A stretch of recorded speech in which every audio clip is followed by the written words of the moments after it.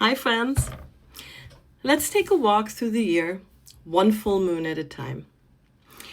Each month carries its own full moon, its own name, its zodiac energy, and a quiet conversation between your inner world and your outer life. And because every full moon is a balance, a moment where something becomes clear and something is ready to be released. Usually, the thing you were pretending wasn't a problem. Yeah, that one. January brings us the wolf moon in Cancer with the sun in Capricorn. This moon leans into emotions, home, and your inner world. It's soft, reflective, the kind of energy that makes you want to stay in, grab a blanket, and rethink your entire life at 2 a.m. Meanwhile, Capricorn is over there. That's nice, but did you finish your responsibilities? So this becomes a balance between feelings and responsibilities. Am I taking care of myself or just handling everything? February gives us the snow moon in Leo with the sun in Aquarius.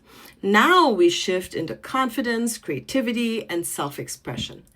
This is heart energy, being seen, being heard, maybe even a little traumatic. In a good way, mostly. Aquarius, though, is thinking about the bigger picture and everyone else. So now you're balancing standing out with fitting in. Am I showing up as me or who others expect me to be? March brings the worm moon in Virgo with the sun in Pisces. This is your reset moment. Cleaning, organizing, fixing habits, basically the moon version of getting your life together. Virgo is ready with a checklist. Pisces lost the checklist. So now you're balancing structure with flow. Am I grounded or just drifting? April brings the pink moon in Libra with the sun in Aries. This one focuses on relationships, balance, and harmony. It generally shows you where things are off. Aries, on the other hand, is like, yes, but what about me? So here comes the classic me versus we. Where do I need to stand up for myself and where do I need to meet others halfway? May gives us the flower moon in Scorpio with the sun in Taurus. Now we go deep. Scorpio doesn't do surface level. This is transformation, truth, and letting go. Taurus is holding on like, but I like this, it's comfortable.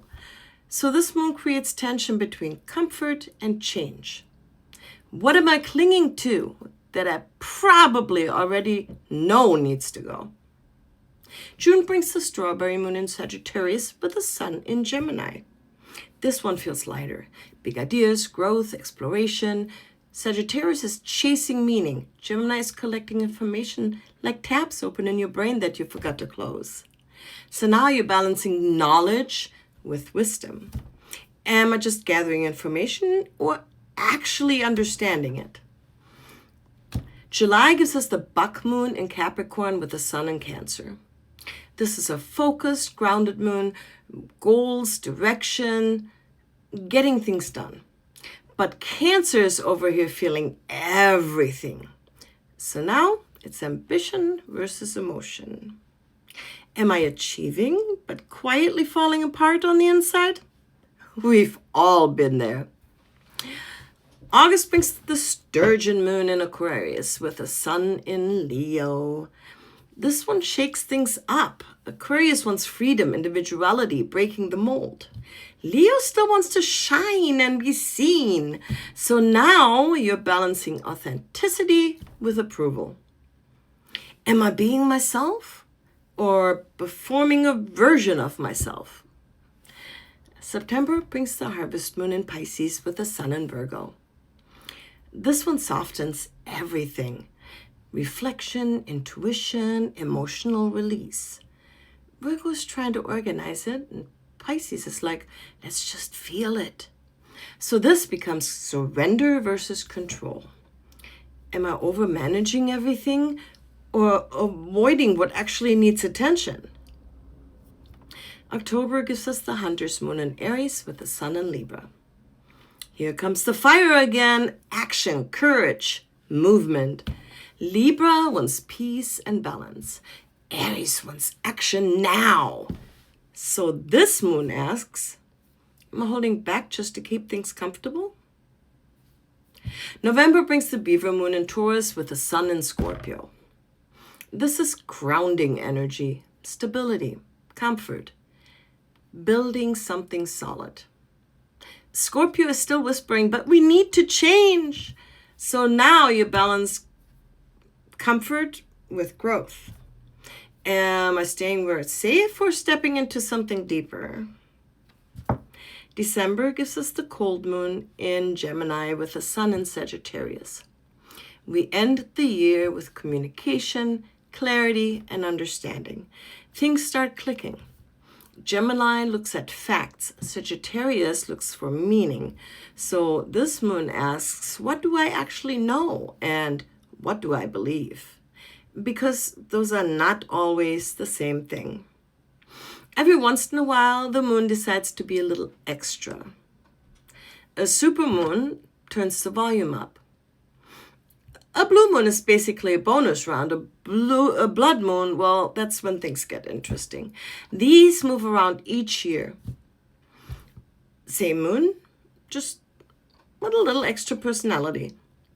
Now, new moons don't have traditional names. They're quieter, more internal. Full moons are about release. New moons are about beginnings. Planting seeds, setting intentions, starting fresh. And yes, they can be a little extra too. And just like that, the year comes full circle. From feeling to shining to fixing, balancing, transforming, expanding, and finally understanding. The moon doesn't rush you. It might nudge you a little, sometimes aggressively, but still. It just keeps showing up month after month, quietly asking, what's ready to shift now? And if you'd like to keep this as a reference, I'll have a version in the description you can copy and print for your own little moon guide or just save it to your computer. Now go and sparkle responsibly. Bye, friends.